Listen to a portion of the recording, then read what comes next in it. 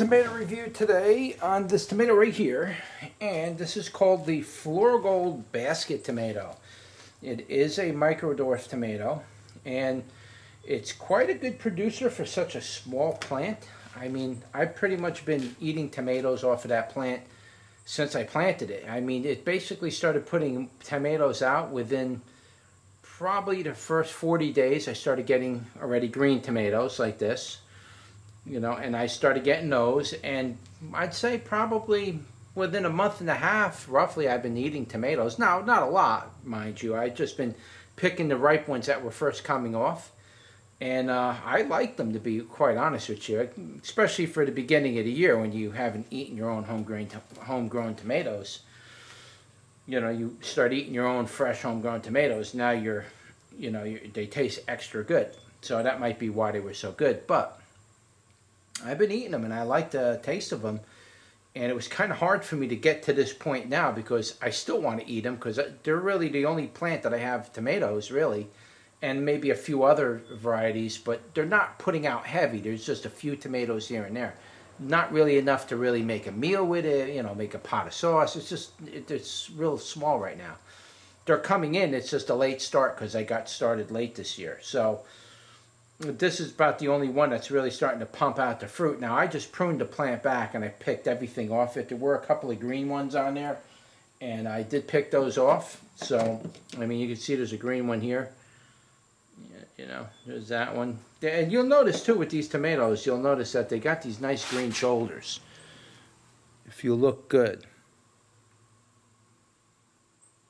Hopefully the camera's picking that up. Alright, so you can see that they got a nice green shoulder. They're nice, like sunset orange. They come out yellow, and then eventually when they really fully ripen, they turn into like an orange. This one's very ripe. They turn into this sunset orange color, and they're very, very nice. They also have these green shoulders on the top, which is kind of unusual for a small tomato. You don't normally see that with these little cherry tomatoes. So this is considered a basket variety. What are a basket variety of tomatoes? Generally, they're tomatoes that you would grow in like a windowsill, for example. You have those little windowsill, I don't know what you call them, troughs or baskets, and you plant your flowers in it. This is that kind of tomato for planting in that kind of condition. You could also put them in hanging baskets, but this isn't really a hanging basket tomato. And the difference between that is the hanging basket tomatoes, they're designed to basically droop down out of the pot. They grow out of the pot. It's called an upside down tomato. That's basically what it is. You're growing it upside down. It's growing in a pot, but it's growing downwards rather than growing up. This would be considered a basket tomato because you could put it in a basket and hang it if you want. It's not going to get very big. They only get about 6 inches tall, maybe a little bit better and bigger in really good conditions. But I mean, even for the most part, I mean, they're not going to get very big. It's a very stout, strong, hard-stemmed type of tomato plant. It's not a soft tomato plant you can just break the leaves off. You got to literally saw these leaves off almost with a saw. That's how hard the leaves and everything get on it. Get very hard and woody, the plant.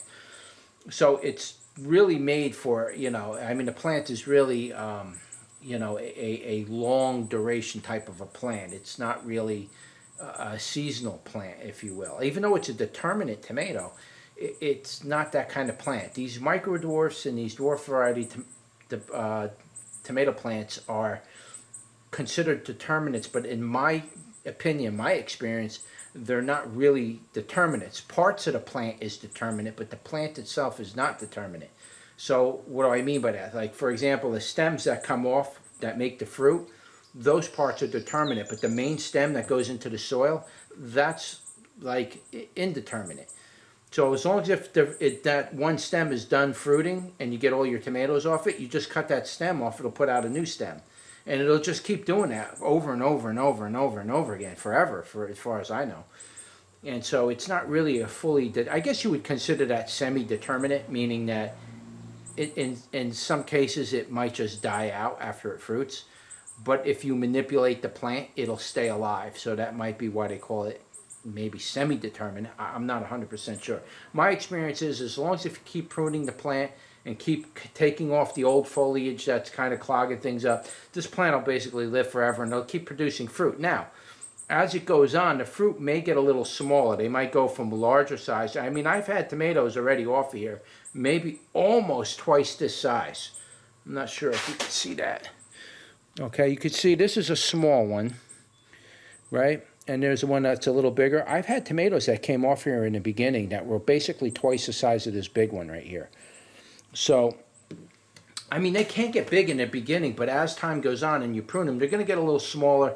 You're going to end up with more tomatoes that are going to be this size. But the advantage to that is it's going to produce more of these tomatoes very quickly, and you're going to get, they're going to ripen quick, and you're going to keep getting more harvests of small tomatoes rather than it focusing on one big tomato and taking a lot longer to ripen.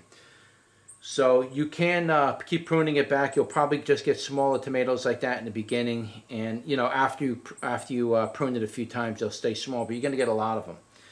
All right, so let's do a Brix and see what the Brix says. We'll pick a ripe one here. Pick that one, and I'll show you the inside.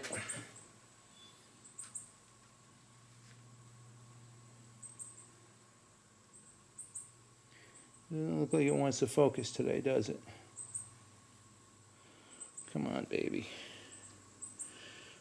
Focus for me.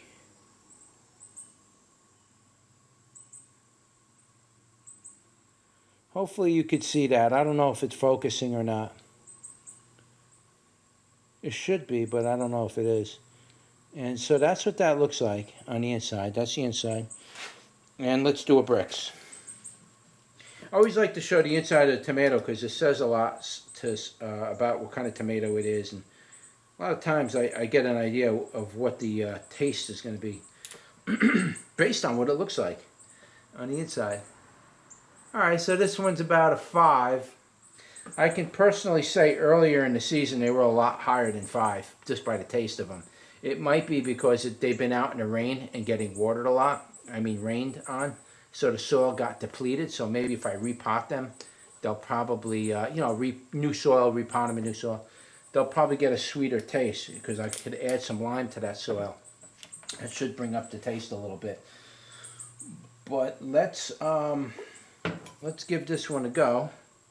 Flavor of the tomato-wise was kind of on the bland side, but the seeds part of it was very rich and tangy. So I got a real nice tomato tangy type of an effect, but the meaty part of it was really on a mild, almost flavorless side. I can't say that was like that for tomatoes I've eaten earlier in the season, but it was kind of almost like on the bland side. The inside was maybe very, very slightly chalky. It was kind of, maybe it was just overripe. I don't know. We'll cut open another one here. Again, it's very mild in flavor. The seeds are what's carrying the whole tomato flavor, is in the seeds. In other words, I wouldn't make a sauce with this per se, but you probably could.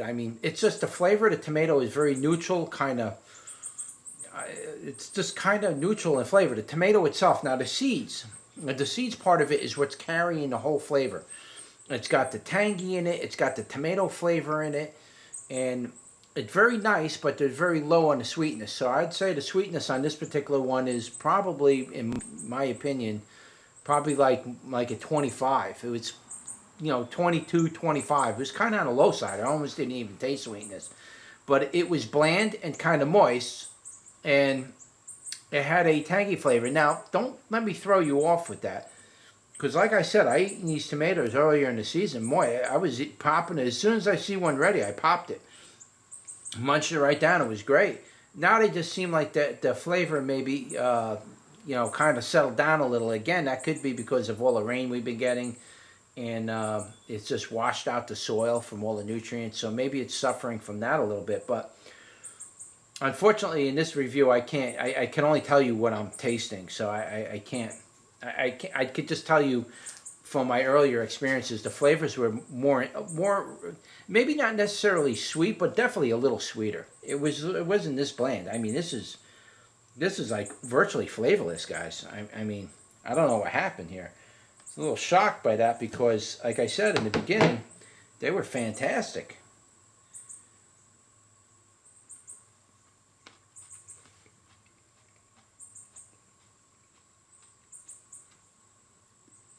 Again, it's mostly tang. If I was to give you a number on the tang, I'd say the tang was probably pretty high in this. I'd say you're probably looking at 35 on the tang, almost 40. And when we're talking about sweetness was probably, I'm going to say even less than 22. I'm going to say probably 18 to 20. It was almost not even there. But there is something there because it's balancing out the acid. I'm not getting too rich of an acid. Though I will say the acid has a little bit of tardiness to it. Now, I don't often mention tardiness when I talk about tomatoes unless it's there. But tardiness is that I don't know how to explain it. It's got that Jolly Rancher type of mouth-watering sourness to it. It's not that it's bad or anything, but it does have that mouth-watering type of an effect to it, that tangy part. Which would be like, you know, if you ate a Jolly Rancher or one of those sour ball crackers, candies, you know, it makes your mouth water a lot. That effect, I guess that's ascorbic acid or something like that. It really makes your mouth water. This is pretty tangy in that sense. I'm really getting that effect a lot. It's not bad. It does make your mouth water. The taste of the seeds part of it really delivered the flavor of the tomato. So I can't complain on it, to be honest with you. I just wish it would have had a little bit more sweetness, but not quite. They're still good and edible. I still like them. I still munch them down. I'm still going to continue to grow it. So I can't really say that, you know, just because it has no sweetness, it's no good. There are tomatoes that don't really have a sweetness to them, and they're unbelievably good tomatoes. It's just a different type of a tomato effect when you eat it. This is like one of those tomatoes. It's not very high in sugar. It's kind of on the low side, and you know, it's got that mouth-watering type of tardiness to it, which for some people would probably put them off. But for me, I like that effect. It makes my mouth water. I can eat another tomato. That's how I like to eat them. But we'll grow it out. We'll see what this tomato does maybe later on in the season, or I'm going to start it new again from seed and see if it carries that effect from seed. We'll try a different soil.